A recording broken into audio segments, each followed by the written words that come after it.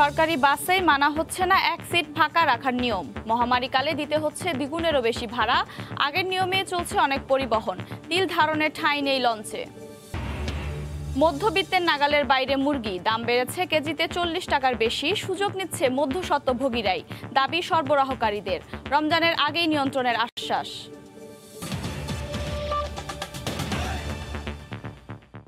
সময় সংবাদের সঙ্গে আছি আমি আফরোজা মৌটুসী। প্রথম ঢেউয়ের চূড়ান্ত সময়কেও যেন ছাপিয়ে যাচ্ছে কোভিড সংক্রমণের বর্তমান পরিস্থিতি। দেশে প্রথমবারের মতো গত 7 দিনে গড় আক্রান্ত 4000-এর বেশি। পরিস্থিতি পর্যবেক্ষণের ক্ষেত্রে আগামী এক সপ্তাহ বেশ গুরুত্বপূর্ণ উল্লেখ করে বিশেষজ্ঞরা বলছেন, এখনই সতর্ক না হলে সামনে অপেক্ষা করছে ভয়াবহ কিছু। সংক্রমণের লাগাম টানতে রোগী শনাক্তের সর্বোচ্চ গুরুত্ব দিয়ে প্রতিরোধমূলক ব্যবস্থা নেয়ার তাগিদ বিশেষজ্ঞদের। প্রয়োজনে আরও কঠোর হওয়ার ইঙ্গিত আইইডিসিআর-এর। ফারুক ভূঁইয়া রবিনের রিপোর্ট। দেশে কোভিড সংক্রমণ বাড়ছে ক্ষিপ্র গতিতে। বর্তমান পরিস্থিতি ছাড়িয়ে গেছে আক্রান্ত শনাক্তের আগের সব চিত্র। কোভিডের প্রথম ঢেউয়ে সংক্রমণ চড়াচ্ছিল গত বছরের জুন জুলাই মাস। প্রথম ঢেউয়ে রোগী শনাক্তে 7 দিনের সর্বোচ্চ গড় ছিল গত 2 জুলাই 3811 জন। তবে এবার ছাপিয়ে গেছে আগের সব রেকর্ড। সবশেষ 7 দিনের গড় শনাক্ত এখন 4099। বিশেষজ্ঞরা অবশ্য মনে করেন, প্রথম ঢেউয়ের চোড়ার সময়ের তুলনায় বর্তমানে পরীক্ষা হচ্ছে 1.5 গুণ বেশি হারে। তাতে আক্রান্ত শনাক্ত হচ্ছেন বেশি। তবে শঙ্কার বিষয় হলো লাফিয়ে বাড়ছে শনাক্তের হারও। মঙ্গলবার প্রতি 100 জনে আক্রান্ত শনাক্ত হন 19 জন। এই ভাইরাসটি অনবরত পরিবর্তন হচ্ছে, ভাইরাসের ট্রান্সমিশন বেড়ে যাচ্ছে এবং কোথাও কোথাও সিভিয়ারিটি বেড়ে যাচ্ছে। এখনই যদি আসলে এটাকে লাগাম ধরে টেনে নামানো না যায়, তাহলে আমরা সবাই আসলে আরো বেশি ঝুঁকির মধ্যে পড়ে যাব।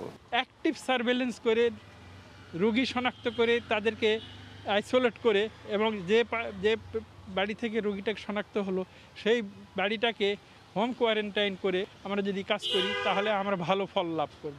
বিশেষজ্ঞরা বলছেন, সংক্রমণের লাগাম টানতে সরকার যে 18 দফার নির্দেশনা দিয়েছে তা কঠোরভাবে বাস্তবায়নের সক্ষমতা প্রমাণ করতে হবে। আর পরিস্থিতি পর্যবেক্ষণ করে প্রয়োজনে আরও কঠোর সিদ্ধান্তের ইঙ্গিত দিচ্ছে আইইডিসিআর। 2 সপ্তাহ দেখে তারপরে যদি জনস্বার্থে কোনো ডিসিশন নিতে হয়, কোনো কঠোর অবস্থানে যেতে হয়, ডেফিনেটলি বাংলাদেশ সরকার সেসব পদক্ষেপ নেবে। আমরা নির্দেশনা দেই, কি নির্দেশনা প্রতিপালিত হচ্ছে কিনা সেটার দিকে দেখার দিকে বা নির্দেশনা কার্যকর করা হচ্ছে কিনা সেদিকে আমরা খুব বেশি নজর দেই না। এই অভ্যাসটা আমাদের পরিত্যাগ করতে হবে। ঊর্ধ্বমুখী সংক্রমণ দিন দিন চাপ বাড়াচ্ছে হাসপাতালগুলোতেও। তাই স্বাস্থ্যবিধি মানার কোনো বিকল্প নেই, বলছেন বিশেষজ্ঞরা। দেশে আবারও কোভিড-19 সংক্রমণের ঊর্ধ্বগতি জাগাচ্ছে হাসপাতাল ব্যবস্থাপনার ক্ষেত্রে নানা সংকটের শঙ্কা। বিশেষজ্ঞরা বলছেন, এই অবস্থায় সাধারণ মানুষকে যেমন মেনে চলতে হবে স্বাস্থ্যবিধি, অন্যদিকে সংক্রমণের হ্রাস টানতে সরকারের বিভিন্ন নির্দেশনাগুলো মানাতে প্রশাসনকেও হতে হবে কঠোর। ফারুক ভূঁইয়া, রবিন, সময় সংবাদ, ঢাকা। করোনার দ্বিতীয় ঢেউ মোকাবেলায় নতুন করে 18টি নির্দেশনার কোনোটি কার্যকর হচ্ছে না চাঁদপুরে। 2 দিন আগে সরকারের এমন কঠোর নির্দেশনার পরও ভোর থেকে সেই আগের মতোই বাড়তি যাত্রী নিয়ে চলাচল করছে যাত্রীবাহী লঞ্চগুলো। এছাড়া নির্ধারিত আসনগুলো ছাড়াও ডেকে বাড়তি যাত্রী পরিবহন করতে দেখা গেছে। এ সময় যাত্রীদের কাউকেই স্বাস্থ্যবিধি মেনে চলতে দেখা যায়নি।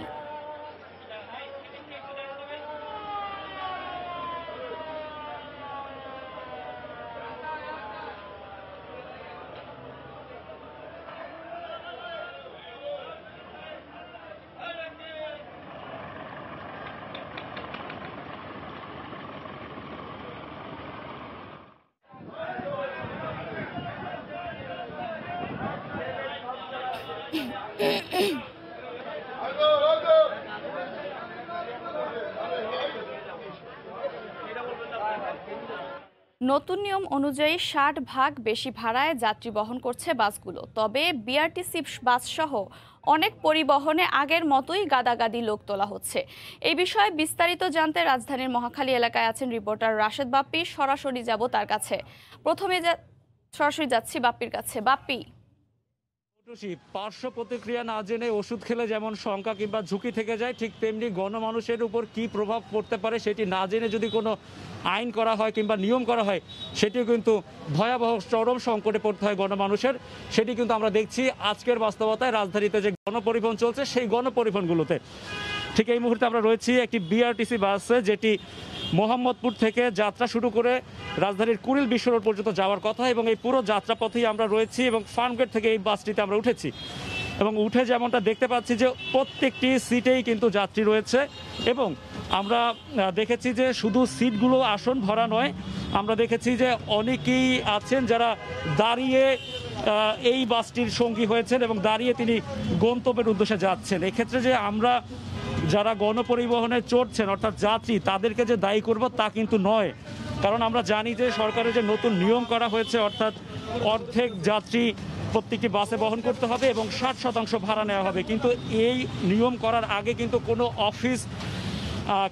অফিস থেকে কিন্তু কোনো নির্দেশনা আসেনি যে কর্মী সংখ্যক অর্ধেক করা হবে কিনা, সেটি কিন্তু আসেনি। অর্থাৎ যাত্রীরা বলছেন যখন কোনো প্রকার নিয়ম ছাড়া হুট করে যখন সিদ্ধান্ত নেওয়া হয় যে না আজ থেকে প্রত্যেকটা বাসে অর্ধেক যাত্রী বহন করতে হবে, কিন্তু তাদের অফিস যখন কোনো প্রকার এ বিষয়ে কোনো সিদ্ধান্ত না দেয় যে কতজন কর্মী অফিস করবেন, সেক্ষেত্রে যে সমস্যাটি হওয়ার কথা সেই সমস্যাটি আমরা দেখতে পাচ্ছি। এবং আমরা দেখেছি যে সকাল থেকে অসংখ্য যাত্রী রাজধানীর বিভিন্ন মোড়ে মোড়ে দাঁড়িয়েছিলেন, তারা কিন্তু বাস পাননি এবং অনেকেই বলছেন নানা ভোগান্তির কথা স্বীকার করেছেন এবং তারা আমাদের কাছে কিন্তু ক্ষোভ ঝেড়েছেন যে এরকম সিদ্ধান্ত নেওয়ার আগে এর পার্শ্ব প্রতিক্রিয়া কী হতে পারে, জনসাধারণের মধ্যে কী ভোগান্তি হতে পারে, সেটি কিন্তু তারা বলছেন যে সেটি কিন্তু কেউ কোনো ধরনের সিদ্ধান্ত নেয়নি, সেই বিষয়টি নিয়ে কারণ কোনো মাথা ব্যথা নেই এবং যার ফলাফল কিন্তু এই যাত্রীদেরকে ভোগান্তির মধ্যে পড়তে হচ্ছে। এবং যাত্রীরা কিন্তু আরও একটি বিষয় অভিযোগ করছেন, যেখানে বলা হচ্ছিল যে 60% ভাড়া বাড়ানোর কথা, সেখানে অধিকাংশ ক্ষেত্রেই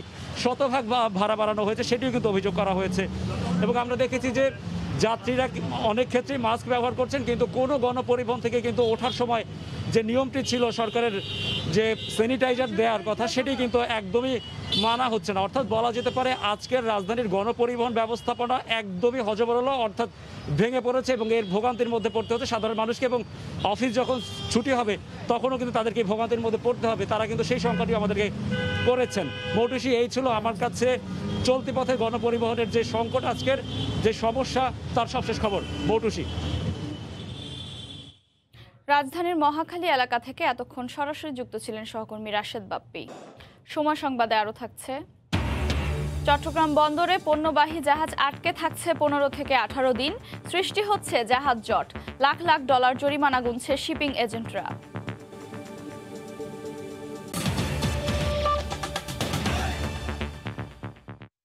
আমিষের চাহিদা মেটাতে নিম্ন ও মধ্যবিত্তের বড় ভরসা ব্রয়লার মুরগি, কিন্তু এখন আর এটিও নেই সস্তার তালিকায়। মাস দেড়েকের ব্যবধানে কেজিতে বেড়েছে 40 টাকার বেশি।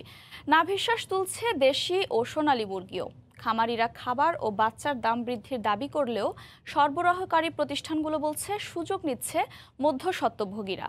প্রাণী সম্পদ মন্ত্রণালয় বলছে রমজানের আগেই দাম কমাতে নেওয়া হয়েছে উদ্যোগ। কামরুল হাসান সবুজের রিপোর্ট। মুরগি বিক্রেতা জাকির হোসেন, দিন শেষে তিনিও একজন ক্রেতা। ব্রয়লারের দাম বেড়ে যাওয়ায় আমিষের চাহিদা পূরণে তাকেও খেতে হচ্ছে হিমশিম। আমার এখান থেকে যে কেউ মুরগি কিনতেছে, আমি অন্য জায়গায় গিয়ে অন্য একটা দ্রব্য কিনতেছি, সেখানেও দাম বাড়তি, দুশ্চিন্তা, হতাশা এরকম একটা কাজ করে। জাকির হোসেনের মতোই নিত্যপণ্যের ভোক্তা আমির হোসেন শেখ। বছর জুড়েই পণ্যের একটা যৌক্তিক দাম চান নির্দিষ্ট আয়ের এই ক্রেতা। হঠাৎ করে বাজার বৃদ্ধি হয়ে গেল বা হঠাৎ করে একেবারে লো হয়ে গেল, এটা কিন্তু ঠিক না। বাজারে কয়েক সপ্তাহ ধরে বাড়ছে বিভিন্ন জাতের মুরগির দাম। এর কারণ অনুসন্ধানে গাজীপুরের বিভিন্ন খামার ঘুরে জানা গেল খাবার ও বাচ্চার দাম বেড়েছে। মাস খানেকের ভিতর 150 টাকা পার বস্তায় খাবারের দাম বাড়ছে। বাচ্চার দাম বর্তমানে হলো 60 টাকা 59 টাকা, আগে ছিল 30-35। মুরগির দাম বেশি থাকলেও আমাদের কিন্তু আসলে ওইরকম লাভ হয় না, ওইরকমই হয় না। সব কিছু দিয়ে দেওয়া লাগে, ওষুধে দেওয়া লাগে, খাবারে দেওয়া লাগে, বাচ্চায় দেওয়া লাগে। খামারিদের দাবির সত্যতা জানতে কথা হয় মুরগির খাবার ও বাচ্চা সরবরাহকারী বিভিন্ন প্রতিষ্ঠানের সঙ্গে। তারা বলছেন উৎপাদন ব্যয় বাড়লেও খামার পর্যায়ে বাড়ানো হয়নি দাম। 25 to 70% দাম বেড়েছে র মেটেরিয়ালের দাম, তার সাথে কন্টেনারের প্রায় 70% ভাড়া বেড়ে গেছে। ফিডের দাম বাড়ানো হচ্ছে না, বাড়াইবার স্কোপও নাই, বাড়াইলেই তো সমস্যা, কারণ খামারি তখন তার নিজের হাতে বানায় খাওয়াবে। তাহলে কেন দাম বাড়ছে মুরগির? এমন প্রশ্নের উত্তরে তারা জানান বাজার ব্যবস্থাপনার দুর্বলতা ও চাহিদা যোগানের সঠিক তথ্য না থাকার মাশুল গুনছেন ভোক্তারা। এখন তার প্রোডাক্টটা বেরিয়ে আসতেছে বাজারে, এখানে কয়েকটা হাত ঘুরে আসতেছে, হাত কমাতে হবে, এটাই কাজ। ডিমান্ডটা যদি বের করতে পারি তাহলে আমরা তাল মিলে প্রায় 95% যদি অ্যাকুরেসি রাখি, দাম বাড়বে হয়তো 5 টাকা এদিক আর ওদিক, 20 টাকা এদিক ওদিক হবে না। মন্ত্রণালয় বলছে মুরগির দাম কমাতে নেওয়া হয়েছে বেশ কিছু উদ্যোগ, দ্রুতই যা কার্যকর হবে বাজারে। যারা উৎপাদক আমরা ওদেরকে সংগঠিত করার চেষ্টা করতেছি যে মধ্যস্বত্ব মুরগির সংখ্যা যত কমানো যাবে দামটা তত নিয়ন্ত্রণে রাখা যাবে, এইরকম একটা স্টেজের মধ্যে আমরা। উৎপাদকরা যেন সরাসরি বাজারে বিক্রি করতে পারেন সেসব বিষয় নিয়ে কাজ চলছে বলে জানিয়েছে মন্ত্রণালয়। কামরুল হাসান সবুজ, সময় সংবাদ, ঢাকা। আবারও গণপরিবহনের খবর। চট্টগ্রামে বেশিরভাগ পরিবহনই নতুন নিয়ম অনুযায়ী 60 ভাগ বেশি ভাড়ায় এক আসন ফাঁকা রেখে যাত্রী বহন করছে। এ বিষয়ে বিস্তারিত জানাতে নগরীর টাইগার পাস বাসস্ট্যান্ড এলাকায় আছেন সহকর্মী পার্থ প্রতিম বিশ্বাস। সরাসরি যাচ্ছি তার কাছে। ধন্যবাদ। চট্টগ্রামে করোনার প্রকোপ কিন্তু দিন দিন বাড়ছে, দিন যত যাচ্ছে ততই বেশিরভাগ মানুষ করোনায় আক্রান্ত হচ্ছে। সরকারি যে 18 দফা নির্দেশনা দিয়েছিল তার মধ্যে একটি নির্দেশনা ছিল গণপরিবহনে অর্ধেক যাত্রী পরিবহন করতে হবে, এবং সেক্ষেত্রে আজকে আমরা দেখছি প্রতিটি গণবহরী পরিবহনে কিন্তু অর্ধেক যাত্রী পরিবহন করে যাতায়াত করছে এখানকার যারা বাস চালক আছে তারা, এবং সাধারণ মানুষজনও কিন্তু এই জায়গায় অনেকটা স্বস্তি প্রকাশ করেছে। তবে যে বিষয়টি আশঙ্কা সেটি হচ্ছে আসলে আগে চট্টগ্রাম এমনিতেই গণপরিবহনের সংখ্যা কম ছিল, আজকে সাধারণ মানুষের চরম ভোগান্তিতে পড়তে হয়েছে, কারণ একটি সিটে একজন করে বসছে। যদিও 60% বাড়তি ভাড়া নেওয়ার কথা ছিল, অনেক ক্ষেত্রে আমরা দেখেছি যারা যাত্রীরা আছে অভিযোগ করেছেন, যারা বাস চালকরা রয়েছেন বা ড্রাইভাররা রয়েছেন তারা অনেক জায়গায় ডবল ভাড়া নিচ্ছেন। তো সেক্ষেত্রে তারা একটি কথা বলেছে, সরকারি যে নির্দেশনা শুধুমাত্র 60% বাড়তি ভাড়া সেটি যাতে কার্যকর হয় সেই বিষয়টি দেখভাল করার জন্য। অন্যদিকে যারা বাস চালকরা রয়েছে তারা বলছেন আগে যেহেতু 2 সিটে যাত্রী নেওয়া হতো ডবল ভাড়া পাওয়া যেত, এখন 1 সিটে যাত্রী নেওয়ার কারণে তাদেরকেও আসলে কম ভাড়া নিতে হচ্ছে, সেটিও তারা একটি অভিযোগ করেছেন। তো মূলত এসে সরকারের পক্ষ থেকে যদি এই বিষয়টি নজরদারি করা হয়, ঠিকমতো ভাড়া নেওয়া হচ্ছে কিনা, যাত্রীরা ঠিকমতো যেতে পারছে কিনা, ঠিকমতো বসতে পারছে কিনা, তবে আমরা দেখছি আজকে সাধারণ মানুষজনকে চরম ভোগান্তিতে পড়তে হয়েছে। যে কারণে হচ্ছে গণপরিবহনের সংখ্যা অনেকটাই কম, যে কারণে যে আগে যে বাসগুলোতে গাদাগাদি করে 100 জন 150 জন মানুষ যেত সেই বাসগুলোতে আজকে 40 থেকে 50 জন যাচ্ছে। তো সেই কারণে আমরা দেখছি সাধারণ মানুষজন যারা কর্মজীবী মানুষজন রয়েছে তাদেরকে দীর্ঘক্ষণ অপেক্ষা করতে হচ্ছে একটি গাড়ি আসার জন্য। তবে যেটি আসার বিষয় সেটি হচ্ছে আজকে থেকে বাস চালকরা কিন্তু আমরা দেখছি তারা সরকারের যে নির্দেশনা সেই নির্দেশনা মেনেই বাস চালাচ্ছে। তবে সাধারণ মানুষজনের যে অভিযোগ যে 60% বাড়তি ভাড়া নেওয়ার কথা ছিল সেই জায়গায় অনেক ক্ষেত্রে ডবল ভাড়া নেওয়া হচ্ছে, বাড়তি ভাড়া নেওয়া হচ্ছে, মূল যে জায়গায় নামিয়ে দেওয়ার কথা অর্ধেক রাস্তায় নামিয়ে দিয়ে ডবল ভাড়া হাতিয়ে নিচ্ছে। তো সেক্ষেত্রে চট্টগ্রামের যে করোনা পরিস্থিতি সেই করোনা পরিস্থিতি দিন দিন বাড়ছে। সরকারি নির্দেশনা যদি সঠিকভাবে মেনে চলা সম্ভব হয় তাহলে অবশ্যই চট্টগ্রামে করোনা পরিস্থিতি অনেকাংশে কমে আসবে। গতকাল চট্টগ্রামে 220 জন নতুনভাবে করোনা আক্রান্ত হয়েছে, তার মধ্যে একজন মারা গেছে। মহানগরের অবস্থা উপজেলা থেকে অনেক বেশি আমরা দেখছি ভয়ঙ্কর। প্রতিদিনই কিন্তু চট্টগ্রাম মহানগরের বিভিন্ন জায়গায় বিশেষ করে কোতোয়ালি, হালিশহর এইসব জায়গার মানুষ সবচেয়ে বেশি আক্রান্ত হচ্ছে। সাধারণ মানুষদের মধ্যে সচেতনতা না থাকার কারণেই কিন্তু আমরা দেখছি চট্টগ্রামে করোনা সংক্রমণের যে হার সেটি কিন্তু দিন দিন এখানে বাড়ছে। তো সেক্ষেত্রে সবাই আজকে আমরা দেখছি যারা বাস চালক রয়েছে তারা স্বাস্থ্যবিধি মেনেই আজকে গাড়ি চালাচ্ছে এবং সাধারণ মানুষজন কিন্তু যাতায়াত করছে। তো এই ছিল আমার কাছে এখনো পর্যন্ত নগরীর টাইগার পাস এলাকা থেকে এখানকার সর্বশেষ খবর। ভোগ্যপণ্য ও মেগা প্রকল্পের যন্ত্রপাতি আমদানির পরিমাণ বাড়ার পাশাপাশি নানামুখী জটিলতায় চট্টগ্রাম বন্দরে বাল্ক পণ্যবাহী ও কার্গো জাহাজের জট সৃষ্টি হয়েছে। এক একটি কার্গো জাহাজের বন্দরের বার্থিং পেতে সময় লাগছে 15 থেকে 18 দিন। সেই তুলনায় কন্টেনারবাহী জাহাজগুলো 2 থেকে 3 দিনের মধ্যেই বার্থিং পেয়ে যাচ্ছে। এই অবস্থায় শিপিং এজেন্টদের অভিযোগ লাখ লাখ মার্কিন ডলার জরিমানা গুনতে হচ্ছে তাদের। বিস্তারিত জানাচ্ছেন কমল দে। বন্দরের বহির্নোঙরে বর্তমানে 157টি জাহাজের অবস্থান। এর মধ্যে পণ্য খালাসের জন্য বন্দরের জেটিতে বার্থিং অপেক্ষা রয়েছে অন্তত 60টি জাহাজ। এর মধ্যে 13টি কন্টেনারবাহী জাহাজ বাদে বাকিগুলো বাল্ক পণ্যবাহী। এতে বার্থিং না পেয়ে বন্দরের বহির্নোঙরে জাহাজ জটের সৃষ্টি হচ্ছে। 15 দিনের আগে কোনো কার্গো ভেসেল বার্থিং পাচ্ছে না বলে অভিযোগ শিপিং এজেন্টদের। 17 থেকে 18 দিন পার ডে 20,000 থেকে কোনো জাহাজ 20,000, কোনো জাহাজ $25,000 করে গুনতে হচ্ছে। ব্যবসায়ীদের মতে রমজান সামনে রেখে ভোগ্যপণ্য আমদানির পরিমাণ বেড়েছে, পাশাপাশি মেগা প্রকল্পে যন্ত্রপাতি আসছে কার্গো জাহাজে। এই অবস্থায় কন্টেনারবাহী জাহাজগুলো অগ্রাধিকার ভিত্তিতেই বন্দরের জেটিতে বার্থিং পাচ্ছে। ফলে কার্গো জাহাজগুলোকে 15 থেকে 20 দিন পর্যন্ত অপেক্ষা করতে হচ্ছে, গুনতে হচ্ছে লাখ লাখ মার্কিন ডলার জরিমানা। এটার জন্য জাহাজ কোম্পানি সরাসরি ক্ষতিগ্রস্ত হচ্ছে এবং সাথে সাথে এটা গিয়ে পড়বে ভোক্তার উপর। এই ক্ষেত্রে ক্ষতি ধরতে গেলে ভোক্তার, দেশের এবং শিপিং কোম্পানির। বন্দর কর্মকর্তাদের দাবি, সিঙ্গাপুর সহ বড় বড় বন্দরগুলোতে জাহাজ জট সৃষ্টি হয়, তার প্রভাব পড়ছে চট্টগ্রাম বন্দরে। জটের বিষয় যদি দেখেন তাহলে পেছনের দিকে যদি যান, সিঙ্গাপুর অথবা অন্যান্য জায়গায় বিশাল ধরনের জট হচ্ছে এবং এই জটটা ফিরে এসে আমাদের এখানেও হচ্ছে এবং সবাই একসাথে আসছে এবং এর সাথে যুক্ত হচ্ছে আমাদের রোজা এবং ঈদের পণ্য সামনে, এই পণ্যেরও একটা চাপ আছে। বর্তমানে বন্দরের বহির্নোঙরে 43টি এবং প্রধান জেটির 13টিতে পণ্য খালাস চলছে। জট কাটাতে জাহাজ মেরামতের 2টি ডক ইয়ার্ডে বাল্ক পণ্যবাহী জাহাজ বেরানোর সিদ্ধান্ত নিয়েছে চট্টগ্রাম বন্দর কর্তৃপক্ষ। কমল দে, সময় সংবাদ, চট্টগ্রাম। কুষ্টিয়ায় পেঁয়াজের ফলন ভালো হলেও হাসি নেই কৃষকের মুখে। বিদেশি পেঁয়াজের উপর নির্ভরতা ও দাম কমে যাওয়ায় লোকসানের আশঙ্কা তাদের। তবে কাঙ্ক্ষিত মূল্য পাবে বলে মনে করেন কৃষি বিভাগ। অতিরিক্ত উৎপাদিত পেঁয়াজের সুষ্ঠু বাজার ব্যবস্থাপনা করা হবে বলেও জানান জেলা বাজার কর্মকর্তা। বাবুল হোসেনের ক্যামেরায় এস এম রাশেদের রিপোর্ট। কুষ্টিয়ায় মাঠে উত্তোলনের অপেক্ষায় 12,912 হেক্টর জমির পেঁয়াজ। আর চলতি মৌসুমে আবহাওয়া ভালো থাকায় 1,87,000 মেট্রিক টন পেঁয়াজ উৎপাদনের আশা কৃষি বিভাগের। আগামী এপ্রিল মাস থেকে পেঁয়াজ ঘরে উঠতে শুরু করবে। এদিকে গত বছর ভালো দাম পাওয়ায় এবার কৃষকেরা বেশি জমিতে পেঁয়াজ চাষ করেছেন, তাই অতিরিক্ত উৎপাদিত পেঁয়াজ নিয়ে চিন্তায় কৃষকেরা। কাঙ্ক্ষিত দাম যাতে পান সেজন্য বিদেশ থেকে পেঁয়াজ আমদানি বন্ধের দাবি তাদের। বৃষ্টি বাদল নাই, ভালো হয়েছে, আশা করি যে এবার বুক ভরে আমরা দাম পাবো। বীজের দাম বেশি, সারের দাম বেশি, লিভারের খরচ বেশি, এই কারণে 1 বিঘা পেঁয়াজ আবাদ করতে আমাদের 30 থেকে 35,000 টাকা খরচ পড়েছে। এর মধ্যে যদি সরকার বিদেশ থেকে আমদানি করে তাহলে আমাদের কাছে যদি বিরাট একটা ক্ষতির কারণ হয়ে দাঁড়াবে। কৃষি বিভাগ বলছে এবার কৃষকেরা পেঁয়াজের ন্যায্য দাম পাবে। যে সমস্ত এসএমই চাষি আছে তারা কিন্তু মানসম্মত পেঁয়াজ উৎপাদনে মাঠে এবার একটি অভূতপূর্ব একটি সাফল্যের নজির রাখছে। আর বাজার কর্মকর্তা জানালেন, সঠিক বাজার ব্যবস্থাপনার মাধ্যমে যাতে পেঁয়াজ কেনাবেচা হয় সে ব্যাপারে তারা সচেষ্ট।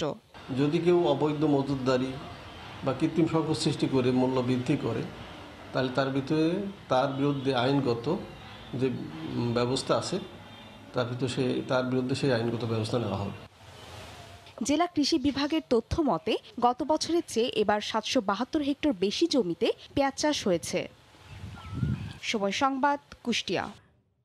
কিছুক্ষণ পর গোপালগঞ্জের টুঙ্গিপাড়ায় মশাল প্রজ্বলনের মধ্য দিয়ে শুরু হচ্ছে 9ম বঙ্গবন্ধু বাংলাদেশ গেমসের আনুষ্ঠানিকতা। বাংলাদেশ অলিম্পিক অ্যাসোসিয়েশনের সভাপতি ও সেনাপ্রধান জেনারেল আজিজ আহমেদ মশাল প্রজ্বলন করবেন। এরপর সেনাপ্রধানের গাড়ি বহর হয়ে মশালটি ঢাকার উদ্দেশ্যে যাত্রা শুরু করবে। বিকেল 4টায় তা তুলে দেওয়া হবে বাংলাদেশ অলিম্পিক অ্যাসোসিয়েশন ভবনে যুব ও ক্রীড়া প্রতিমন্ত্রী জাহিদ আহসান রাসেলের হাতে।